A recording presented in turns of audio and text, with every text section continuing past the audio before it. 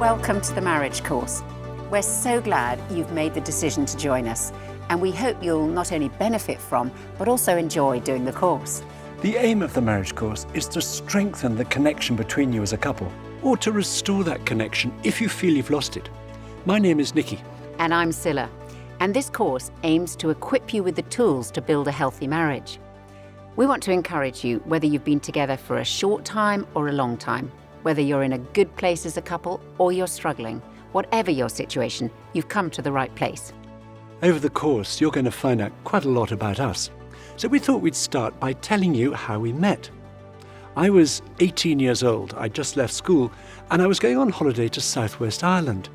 I arrived at Swansea Docks in an old green Mini and joined the queue for the car ferry.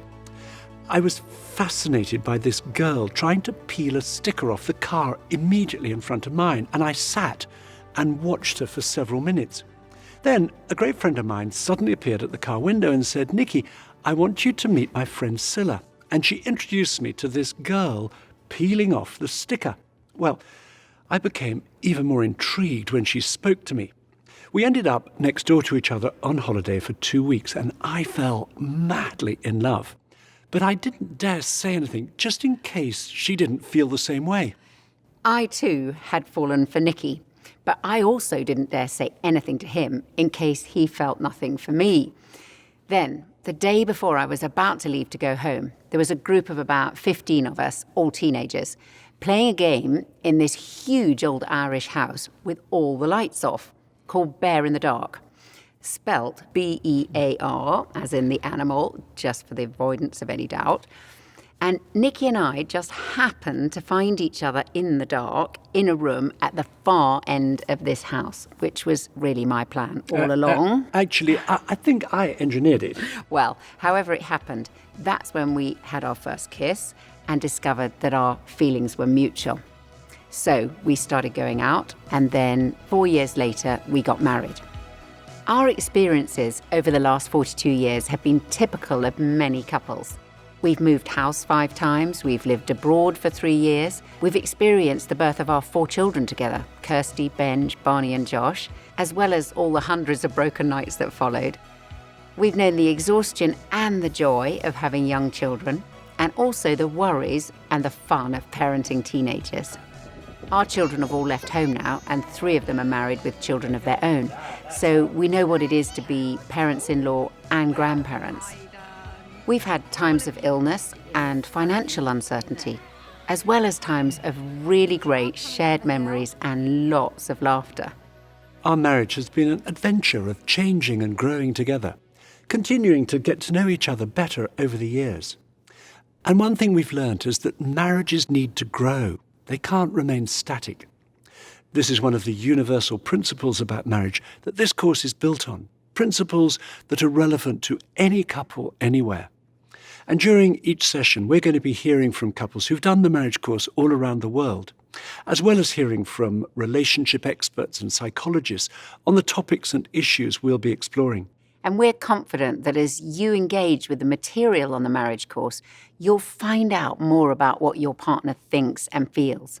Whether you've been together for 1 year or over 40 years, there's always going to be more to discover. And it's only as we continue on this journey of discovery about each other that we stay connected.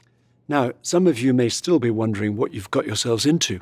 And people generally have 2 fears about doing a course like this. One fear is that they'll be required to reveal intimate details of their relationship to other people, and they don't want to do that.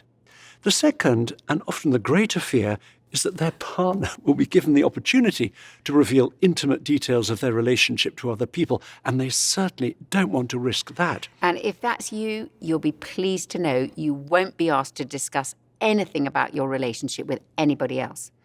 Instead, we'll be pausing at various points to allow you as a couple to discuss issues that we've raised. And for many couples, these conversations are the most useful part of the course. So, you've heard a bit about us. Now, we want you to turn to the first conversation in your journal and spend a few minutes thinking back to the first time you met. Tell your partner your strongest memory of that first meeting and what it was that first attracted you to each other.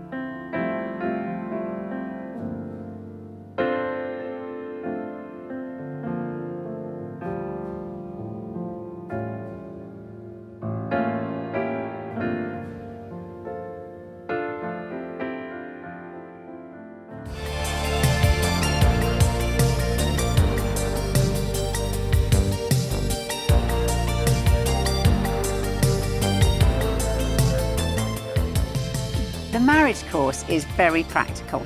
It's designed to equip you with the tools that we all need to create and maintain connection between us. And while from time to time we'll quote from the Bible and occasionally talk personally about the difference our own Christian faith makes to us in our marriage, we're confident you'll find everything relevant to you and your relationship, whether or not you have a Christian faith or indeed any religious faith at all. The course is based on the premise that marriage has the potential to be the closest, most intimate human relationship possible. The Bible uses the image of two people coming together and becoming one. Right at the start of the Bible, in the 2nd chapter, it says, "For this reason, a man will leave his father and mother and be united to his wife, and they'll become one flesh." So, when we get married, our partner becomes our first loyalty. And we're joined together, not just physically, but emotionally, psychologically, and even spiritually.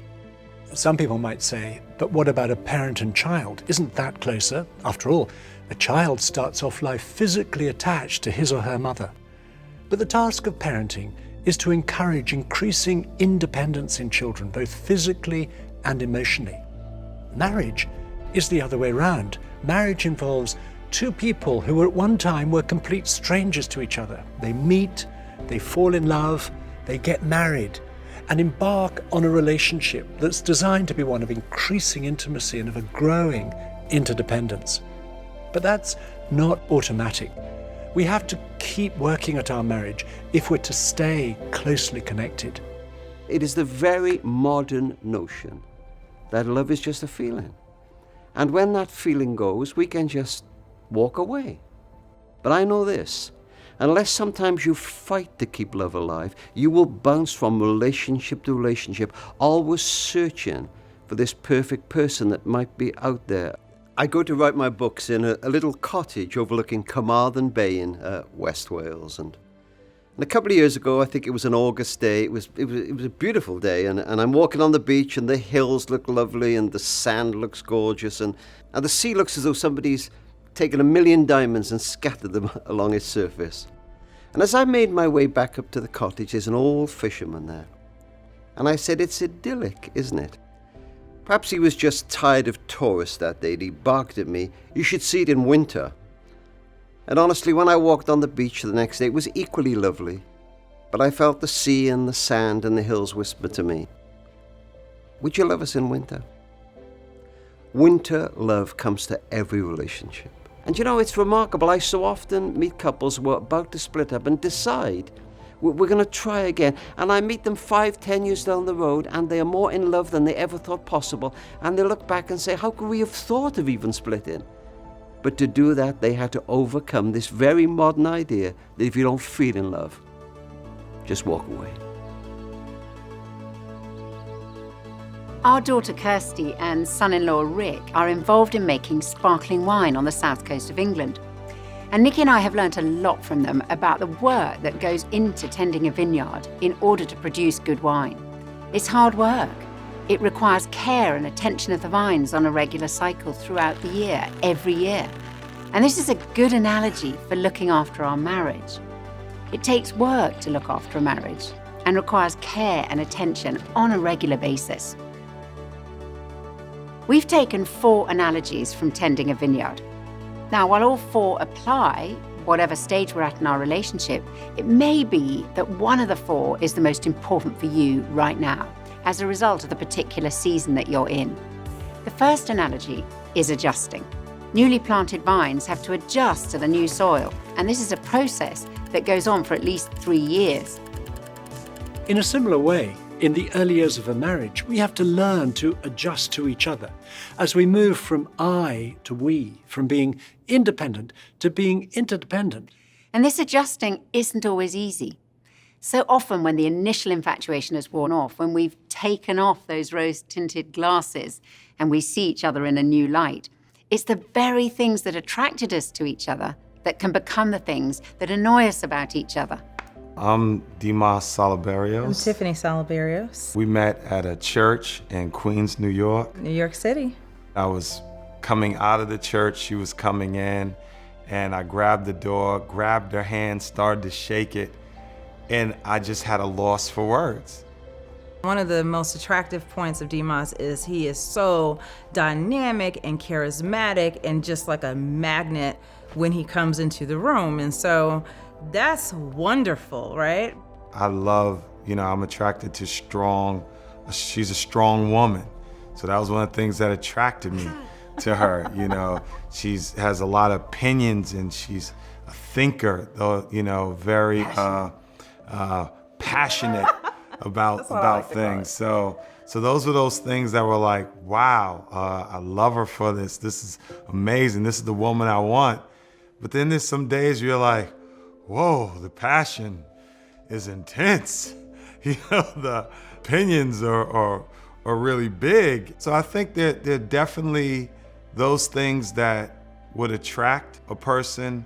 At times are those things that are sometimes much to handle in some moments. As we discover how different we are, we can easily try, sometimes consciously, sometimes subconsciously, to change our partner to be more like us. Now, over the years, I have to admit, I have tried to change Nicky in all sorts of areas, and in some, I'm still trying. For example, I am still trying to get him to allow more time to catch a train or a plane, and to get him to wear any other coloured sweater than blue, and also to try to stop him cleaning his shoes when we're about to leave the house to go somewhere. But I've discovered that trying to change Nicky to be more like me doesn't work. It's a universal principle of marriage. I can change myself, but I can't change my partner. If we're to stay connected, this adjusting has to happen, not just at the beginning, but all the way through our marriage, because change is a fact of life. It's inevitable. Our circumstances change, we'll both change, and our relationship has to keep adjusting to accommodate these changes. Your conversations during the course will help you to recognize where you need to adjust in order to strengthen your connection and your marriage. The second analogy from tending a vineyard is pruning, and vines require a lot. Pruning is a very positive activity for the vine. It involves prioritizing the most important branches and cutting the other ones off in order to direct the vine's energy into the most fruitful branches. Otherwise, you get lots of leaves, but very little fruit. As life gets busier, maybe through having a child or work getting more demanding, a key skill in marriage is prioritizing, which involves pruning back certain areas of our lives in order to prioritize another. And for couples who have children, so much time and energy can go into looking after them that the marriage can easily be neglected. And when that happens, it's the children who suffer most, because a child's security is deeply affected by their parents' marriage. I remember one man on the marriage course saying, "I've just realized that the best way to love my children is by loving my wife." As life gets busier, we'll only survive as a couple if we learn to prioritize our marriage relationship over every other demand on our time. I am married to someone who works a lot, and he likes his work a lot. So I'm a lawyer, and it's time-intensive work. I think navigating that is an area of continued work for us. I was on a case, it was a crazy schedule. We were trying to meet a deadline by, and I remember quite clearly she reached out by phone to say, "Do you have time to talk to me?" And I said, "No, I don't." And then she tried to call, and I picked up just to answer and say, "No, I can't talk right now." And then I almost hung up the phone on her. I really felt quite abandoned because you have planned on someone leaving, but you don't plan on them not having time to even take a phone call. I really need to plan in advance and realize that just because I have responsibilities at work doesn't mean my responsibilities to my wife and to my family fade away into the background and are no longer there. Anytime that we have gotten too much into thinking we're doing this as individuals and not as a team or as a unit, that's when we have felt pretty isolated. The third analogy from tending a vineyard is supporting. In order for vines to flourish, they need to be supported. The investment in a good, well-kept trellis system of posts and wires is vital for the production of good fruit. Similarly, a marriage needs a support system if we're to work through challenges and to thrive over a lifetime. A marriage can't survive in isolation. This support network may include friends and family, or support may come from an older married couple whom we watch and learn from. But as well as having support from others, it's essential that we support each other. We'll all face some big challenges along the way. Maybe a serious illness, maybe financial or job insecurity, perhaps facing infertility, or adjusting to the empty nest, or looking after an elderly parent, to name a few. Personally, I found the change from parenting young children to parenting teenagers pretty challenging. Parenting teenagers didn't come so naturally to me as it did to Nicky, and I really needed his help not to over-worry or over-control them, to listen to them and to give them space to grow in their independence. And Nicky's support made a massive difference during those years. If we try to deal with our fears and challenges on our own, we lose connection with each other and can start to feel lonely within our marriage. Whereas, when we support each other, the very challenges we face can draw us closer together. So I'm Pam, and this is Neil. Yeah. And we met when we were 20. We did, so that's 29 years ago. And we met in a little place in the east coast of Fife in Scotland. Yeah, I think the biggest challenge that we've faced is we kind of both came into marriage and we thought we would have a family, and that has not happened for us. And as a woman, you're kind of, you know, there's this inbuilt thing about, you know, being a mum, having a baby. But I think the fundamental thing was about loss of that dream. We've had to walk through that together. Had maybe expectations that I would maybe take on have one of my children to get married, and I would take my daughter down the aisle, or, you know, maybe a son's graduation or something. Somebody gave a very helpful piece of advice to me when I was kind of pouring out my heart about this one day, and they said, you know, it's not just your arms, Pam, that are empty, it's Neil's arms as well. And again, just that focus off myself onto the other, I think was really helpful. There was a whole piece where I had to really kind of go deep in myself to really support her, because I was about to kind of lose it at times as well. And so it really brought us together, closer together. And my learning about Neil would be that he was there, and he was completely dependable and strong in that. Although he had his own moments of vulnerability, I think you were definitely strong when I needed you to be strong. I think we had to really keep our communication open with one another, because it would be very easy to get into not sharing and withholding or blaming. I think it definitely did make us stronger. Yeah. We want you to turn in your journals to the next conversation, working through challenges, and talk about those that you've worked through together in the past. And then, when you've done that, identify the main challenge either or both of you are facing currently. And ask your partner, in what ways could I support you in working through this challenge?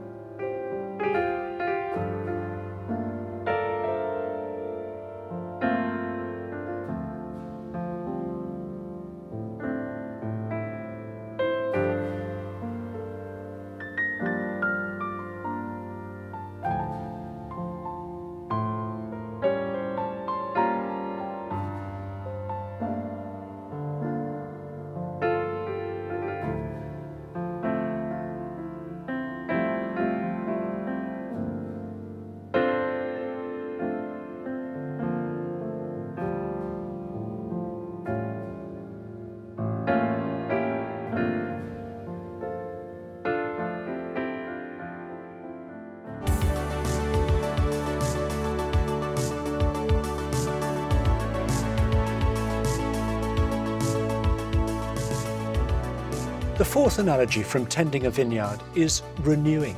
At the end of the growing season, when the vine is reduced to a stem and a few bare branches, to an uninformed eye, it looks like there's not a lot going on until the buds appear in the spring. But that's not the case. This is a vital time when the vine is putting its energy into extending its roots deeper into the soil. The vine is resting while its roots are fed with compost in order to renew strength and produce a good crop next year. We all need times of renewing in our marriage. People sometimes think that the longer we're married, the more that the love and the sparkle between us will decline. But that's not true. As vines mature, they continue to produce fruit and great wine decade after decade if they're well tended and the roots are fed. It's the same in a marriage. Renewing means continually taking care of our relationship, particularly when we reach a new season of marriage. Renewing involves being prepared to talk about our own individual needs and desires, sharing with our partner our hopes for our future together.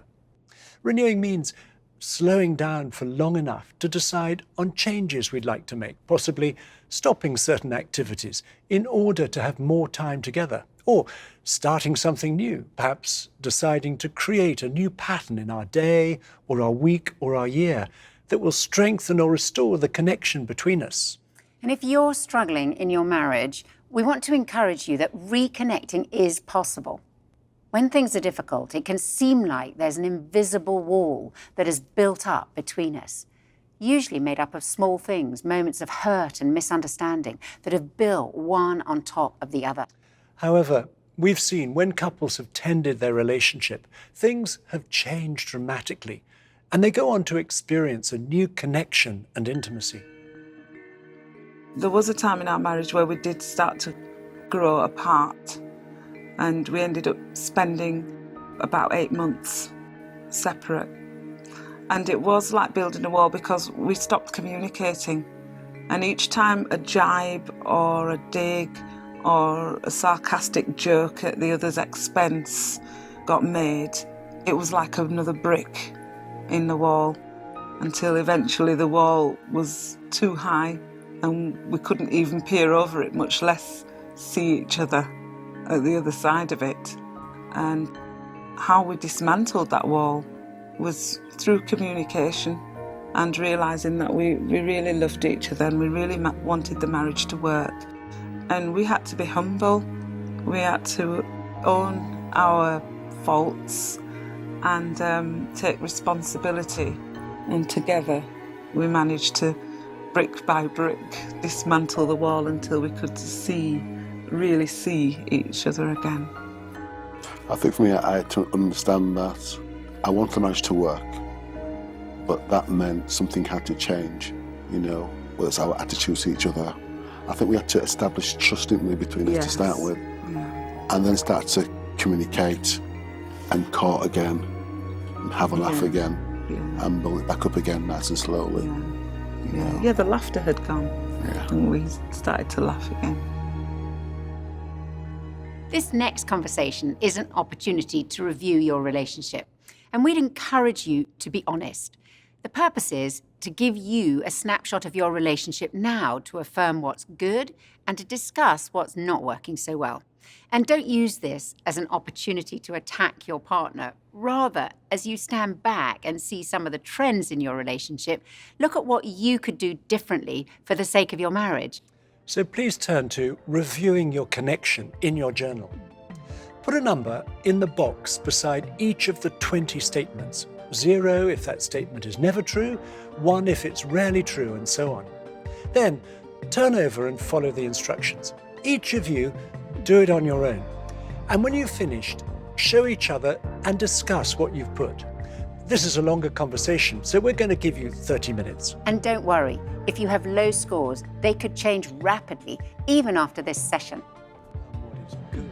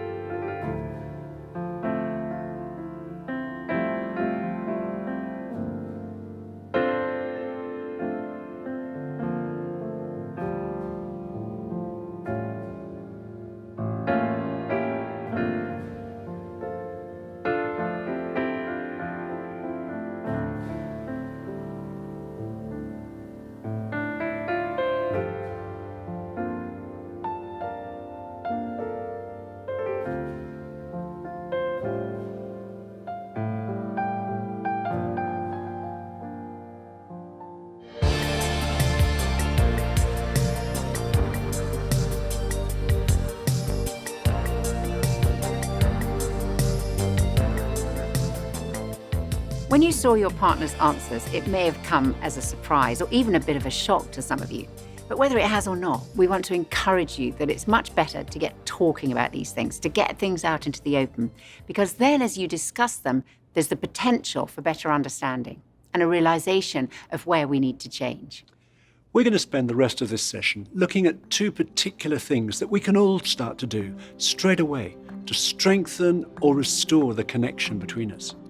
The first is to make time for each other as a couple on a regular basis. And the second is to nurture each other. Making time for the people that matter most in our lives doesn't just happen. It requires a conscious decision to make it happen. We can so easily say, we'll have some quality time next week or next month when life isn't so busy. But then, when we get there, we find we're just as busy. It's amazing that we can fit in time for any number of emergencies at work, but then not make time for our partner. Depriving a marriage of quality time together is a bit like depriving a plant of water. Some plants survive longer than others, but eventually, without water, every plant will wither and die. If a relationship is to thrive and to keep growing, we must have regular quality time alone together. This does several things. It keeps the fun, friendship, and romance alive. It deepens our appreciation, our understanding of one another. And it gives us the opportunity to communicate regularly at a meaningful level. And it took us a while, but eventually Nikki and I realized that if we were to have this kind of time together, we had to organize it. And that has meant putting aside time to do something enjoyable together once a week. Now, we call this our date night, and we'll refer to this a lot during the course, although sometimes we have it at lunchtime or over breakfast. And we'd say it's probably the single most significant thing that we have sought to do over the years to keep our love alive and our marriage growing. Date night for us is a fun time when we're relaxing and doing something different to our normal routine. And it always involves some sort of a meal. Sometimes we make it an evening together at home. We cook a nice dinner, we put candles on the table and put on some music. Or we might decide to watch a film or a TV program together we both enjoy. When our children were little, it was after they were in bed. When they were teenagers, we banished them to their rooms. And sometimes we'll go out for a meal, or we might go to the cinema or do something else that we both enjoy doing, such as going for a walk somewhere nice, playing tennis or some other sport, taking a picnic to the park in the summer, going for a bike ride or going to an exhibition. The important thing has been not to set the bar too high. It doesn't need to be expensive. I remember one time we went and just got coffee. I like a nice meal out, but then again, I'm married to the budgeter. Nice meal coffee. Yeah, nice meal coffee. It's kind of true. It reminds us of who we were before we got married and why we were attracted to each other in the first place. It really has made all the difference for us. It just being different to the normal nights. Doing really easy food or ordering in or you cooking, that's not happened. Yeah, it doesn't happen. We do what we call marriage time every week. So we go out and have coffee and just spend our time talking. There's a beautiful thing here in Mexico called Pueblo Mágicos, which is like magic towns. Magic towns. We love that, doing that together. Our son has showed us how to do Netflix, so our world is expanding. We made it a point every Monday. Everybody knew on that day, Maki and Princey are out, nobody could connect with them. We have had some date night fails, but even a date night fail is a win. Valentine's Day, we'll go see this movie. And it was a horror film, and basically we lasted about 10 minutes. Well, I couldn't handle it, let alone you. I was harrowed. It was terrible, but we're still talking about it. Yeah. A memorable date night for me was when Nikki organised a surprise trip to Shakespeare's Globe Theatre to see Romeo and Juliet. Now, I love surprises, but when we got there, I found out that he had booked the standing tickets, the cheapest ones on offer, which means you literally have to stand there for the entire performance. And Romeo and Juliet, much as I love it, is a long play. We ended up standing in the open air for over 4 hours straight. I discovered when we got there that if I just paid a little bit more, we could have had a bench to sit on undercover. And he'd also made a really delicious picnic, which we had to eat sitting on the concrete floor so as not to lose our place near the stage. However, it was a very memorable evening, and I loved it. And I really enjoyed it too. So our own experience has been that investing in this weekly date protects our marriage from becoming dull, boring, and routine.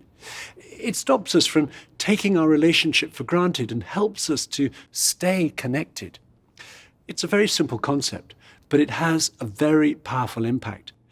We definitely know the difference and the benefit in our relationship when we've had this time together. So here are 3 tips which have really helped us to make a weekly date an ongoing reality. We know we have to plan them, prioritize them, and protect them. So, tip 1, plan them. We want to suggest that you plan this quality time together into your calendar, just like you would any other social or business appointment. And Nikki and I have made it a golden rule never to change our date night in our calendar without consulting the other. The second tip is prioritize them. This means it's the most important commitment we stick to every week. It takes priority over all other activities, our work, going out with friends, playing sport, watching TV, decorating the house, even over our children. Now, it's not that all these things aren't important, but unless date night is a priority, it'll be pushed out by these other things. And the third tip is protect these times from external demands that conspire to stop them happening, whether that's other people, the phone, or being online and social media. It's different things for each of us as couples. And for us, it has particularly been the phone. We've realized we have to turn our phones off and put them away so that we are not constantly distracted by alerts or notifications on the screen. And by doing so, we're saying to each other, you're the most important person to me, and I'm giving you my full attention. Effort and creativity are needed in every marriage. And if you think about it, effort and creativity are what many people pour in at the start of their relationship, but not necessarily into their marriage. If we stop making the effort, it's then that the connection between us can be lost. I'm John, and this is Sally. We met at university in 1959. I had seen his picture. He was in a play at University of Wisconsin is where we were. And I liked his picture. I think as far as quality time, when he was so busy, I think we did what we could to remedy it. It wasn't always possible. There were times when I was working maybe 65 or 70 hours a week. And I still remember, and this went on for a long time. I mean, we would communicate, but they were about very practical things. And I remember taking, it was the first time we ever took a vacation away from the children. We found a young couple to stay with the children. We went off to a resort in Mexico. And I remember sitting in the dining room and looking across the table at her and saying to myself, you know, I really don't know this person. It was like we knew each other at the beginning, and now all of this stuff had gotten in the way, and we really weren't talking about things that really mattered. I think at some point the marriage would have really worn out, and that would have been sort of the end of it. I don't remember that time as significantly as you do, but I'm glad it happened. I didn't know it was that significant. Well, I think it was kind of a wake-up moment, really. In some ways, I think it was the best thing that ever happened to our marriage, because when we got back from this vacation, we always set aside time during the course of a week just to be alone, to talk about things other than the kids and school and work and where we're going to get the next groceries and all that kind of. And I often thought, you know, what would have happened had we not had that moment, you know, and that realization. It was really an amazing time, really. The next conversation in your journal is special times together. We want you to tell each other what have been the most special times you've shared together as a couple. And be specific and talk about where and when those times were, what you were doing and why they were so special to you. And take it in turns, because you may hear something that you had no idea about.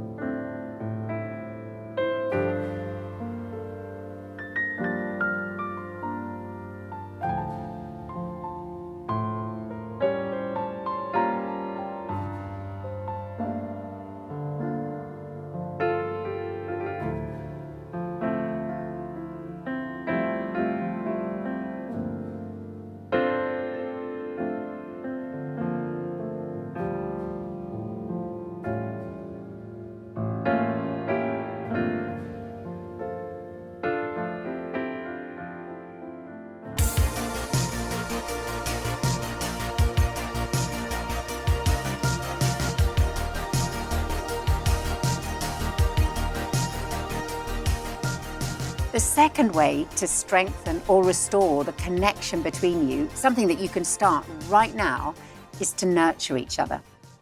Nurturing each other involves seeking to meet each other's emotional needs, such as for affection, encouragement, support, comfort, and so on. And this creates emotional connection between us. We all have a longing to be known and to be loved by another person. It's as though there's an empty space inside us that needs to be filled up with another person's love and attention.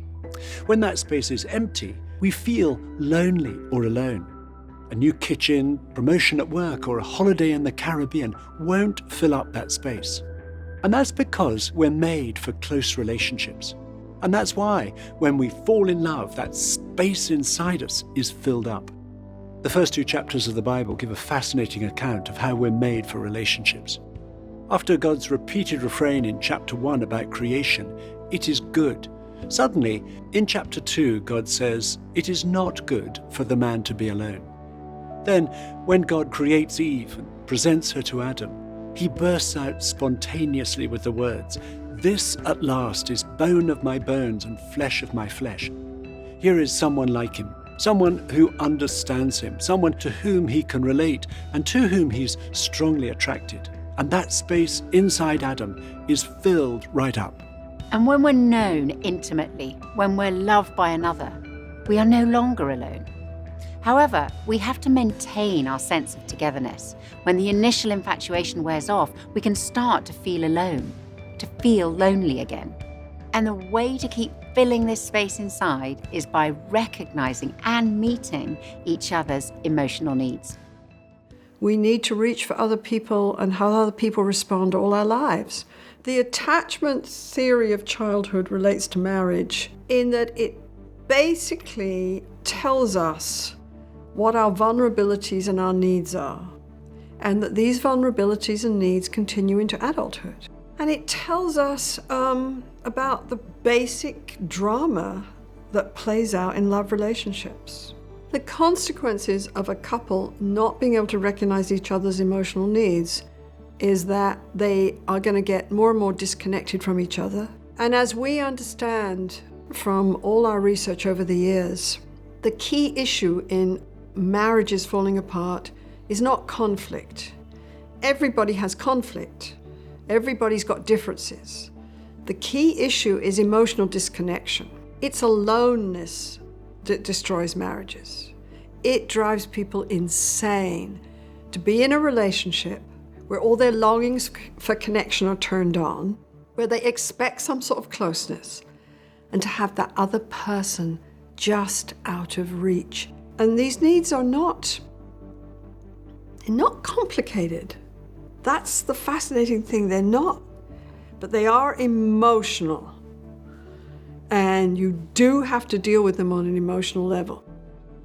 There are 2 ways we can act in marriage. We can either be reactive or proactive. Being reactive is when we focus on each other's shortcomings, on what irritates us about our partner's behavior. And that pushes us apart. We lose connection. Being proactive is when we focus on our partner's needs. And that draws us together because then we both feel loved. And when we feel loved, we feel like loving. Being proactive builds connection. And we learned a lot about meeting emotional needs from a couple called David and Teresa Ferguson. I remember David describing a fundamental change in their marriage. For the first 15 years, I focused on Teresa's faults and my needs. For the last 15 years, I have focused on my faults and Teresa's needs, and our marriage has been transformed. We all have these emotional needs, but usually our needs will not be the same as our partners. And to nurture our husband or wife effectively, we must discover what matters most to them. 我们来自北京，已经结婚15年了，我们有2个孩子。我们在过去的时候我真的不是一个很会聆听和回应他的一个这样的人，所以每一次他在分享一些事情，分享完以后我都会很困扰，我不知道该怎样去回应他。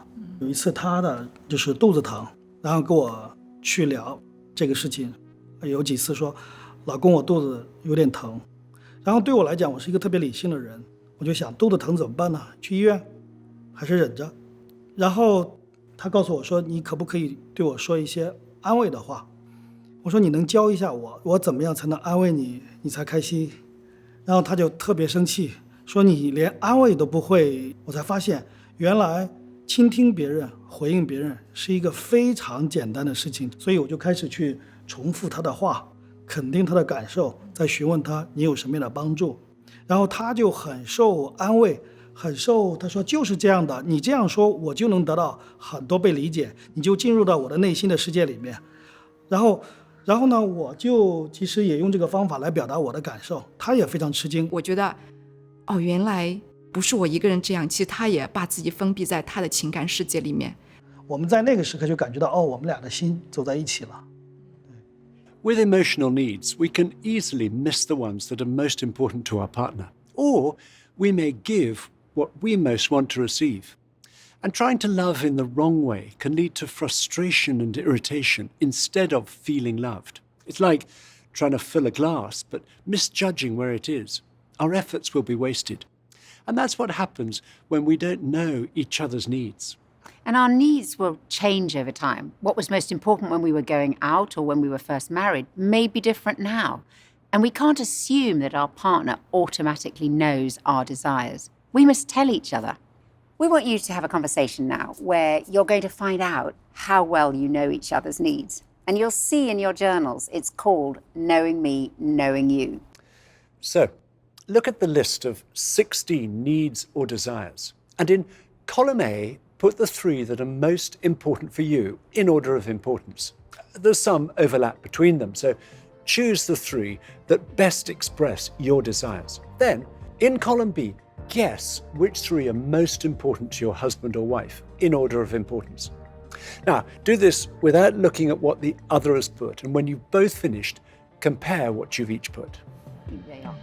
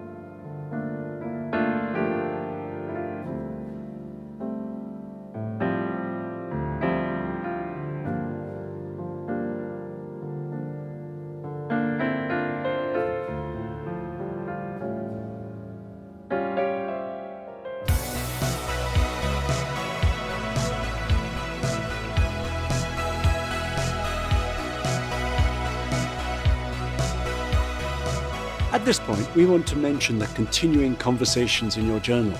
Following this session, there are 2 topics. The first is about how you create a balance of time together as a couple and time apart from each other. The second is about how you can meet each other's emotional needs in practice. And we recommend that you set aside some time before the next session to look at those questions together, as it'll reinforce these 2 ways of strengthening your connection. And to close each session, we're going to say a short prayer for you. So do please stay just as you are while we pray. Thank you, Lord, that you are the God of love, the God who created marriage for us. Thank you that you've given us to each other. We ask that you would help each couple to grow in their understanding of their partner and help them to recognize each other's needs so that their love for one another would grow stronger and deeper. We ask this in Jesus' name. Amen. We hope the conversations you've had this session have been helpful and will lead to more useful discussions over this coming week. Thank you for joining us. We'll see you on the next session.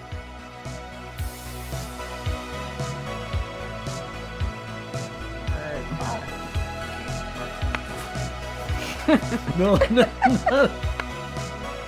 What was the question again, Joan? That's this. I didn't know where to I look. feel truly loved. What was the question? Well, can you tell me the initial question Say again? what you said again. So look at Joe's eyes or the camera. I know. Yeah, I'm just. These people are looking at us now. They're like, we know way more about them than we ever wanted to.